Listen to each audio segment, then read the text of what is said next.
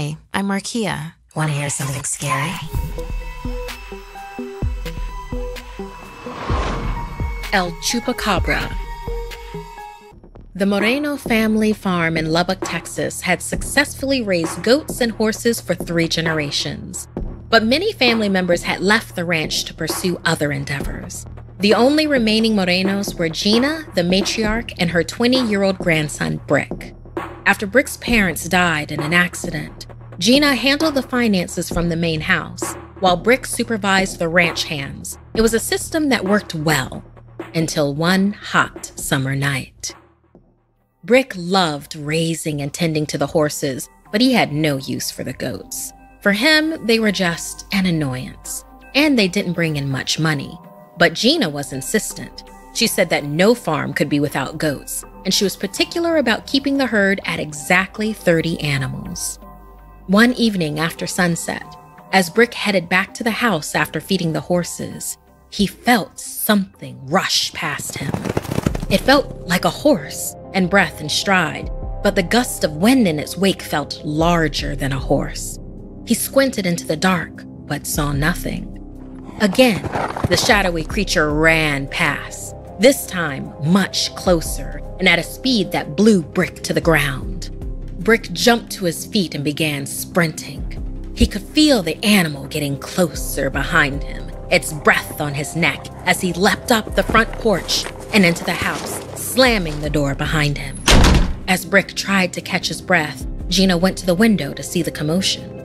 From outside, they could hear the animal let out a hunter's howl. This was followed by the piercing cries of the goats. Whatever was out there was killing them. Brick grabbed his shotgun and put his hand on the doorknob, but Gina stood in front of him and ominously said, "You need to let it finish." Brick froze. He was confused. Once the screams stopped, Brick and a ranch hand went out to inspect. The lights of their tractors revealed the carnage. Each goat had its throat ripped out. Each was drained of blood, bone-dry carcasses on the ground. What could have drained them all that quickly? When the mess was cleaned up, only 29 goats were counted. Brick remembered that he'd set aside one of the goats from the herd earlier. Without telling Gina, he'd done it, thinking that he would take it as an example to another farm to see if they could trade the whole herd for something more valuable. He checked the back barn, and there was Taffy, just where he'd put her, the lone survivor of the herd. But when Brick told Gina about Taffy, instead of relief, Gina was furious. "No, there must always be 30 goats in the pen," she yelled. "No more, no less." Brick looked confused. Gina took a deep breath and reluctantly told Brick that the large animal he had seen was a creature of legend called a Chupacabra, or goat sucker. Twice the size of a large dog, it was a furless animal that walked on its hind legs yet ran on all fours.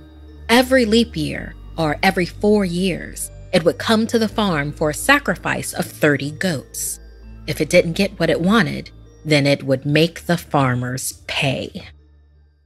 Brick had only started full-time with the farm when he turned 18, 2 years ago. His head was a whirl as his grandmother kissed Brick on the cheek and squeezed him tightly. Brick went to bed, terrified, tossing and turning as he tried to sleep. He awoke when he heard the downstairs door open. Looking out the window, he saw Gina in her nightgown with a lantern walking toward the barn. She stopped to look back up at the house and then continued on. Brick ran as fast as he could out of the house. When he arrived inside the barn, there it was. A 4-foot-tall, hairless beast standing near his grandmother. It was an evil-looking thing, part hairless dog, part reptile, balancing on its haunches like a kangaroo, but with hooves for feet, and its rat-like fangs were 5 inches long, dripping with spit. Brick lifted his shotgun and aimed at the creature. Just then, Gina spun around and faced Brick. "Run!" "It refuses to take me. It's here for you," she yelled.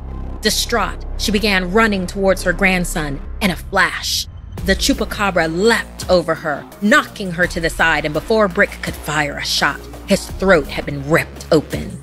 Blood gushed everywhere as Brick's body jerked and seized. The animal drank the blood from his throat swiftly, and when it was done, the creature laid his body on the ground and looked back at Gina in a way that said, now the matter was settled. Her farm had satisfied its long-standing obligation to the beast. For now, at least. She stared at her grandson's lifeless body with tears running down her face, then woodenly nodded to the monster before it got any other ideas. The Chupacabra's satisfied guttural screech split the night air, and then it ran off. The ranch hands, who had been silently waiting in the dark, started to come out of the woods to help with the body. "Bury him next to his parents and beside my husband. All those who ended up sacrificing themselves for our land. And then," her voice cracked, then strengthened, "we must prepare better for next time. Get me more goats."